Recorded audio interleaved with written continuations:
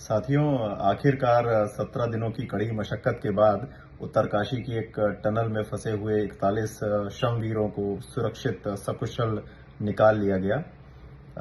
ये अभी तक का भारत का सबसे बड़ा रेस्क्यू ऑपरेशन था और इससे जुड़े हुए सभी लोग बधाई के पात्र हैं।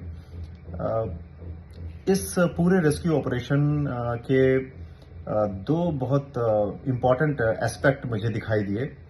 पहला ये कि हालांकि सरकार ने और सभी जुड़े हुए संगठनों ने बहुत अच्छे से काम किया और नए नए आइडियाज निकाले गए, जिसके तहत कभी वर्टिकल ड्रिलिंग, कभी हॉरिजॉन्टल ड्रिलिंग प्लान करी गई और एग्जीक्यूट करने की कोशिश करी गई। हालांकि बीच बीच में अवरोध आते गए, उस हिसाब से इम्प्रोवाइजेशन किए गए प्लान्स में।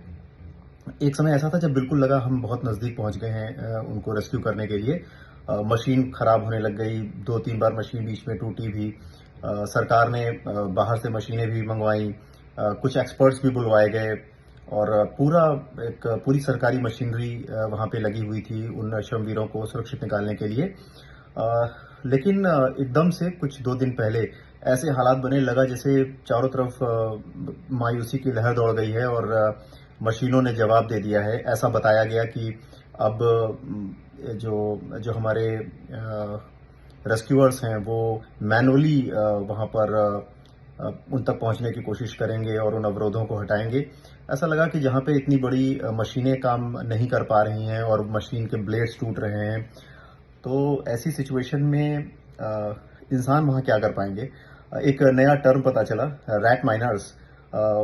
हालांकि उनके जज्बे को सलाम कि वो उन विकट परिस्थितियों में उन सारे कामों को उन्होंने अंजाम दिया जो जहां पे मशीनें असफल साबित हुई थी और एक बार फिर से मशीन के ऊपर इंसान के हौसले की विजय हुई। ये एक एस्पेक्ट है जो बहुत मुझे आकर्षित करा इस रेस्क्यू ऑपरेशन में।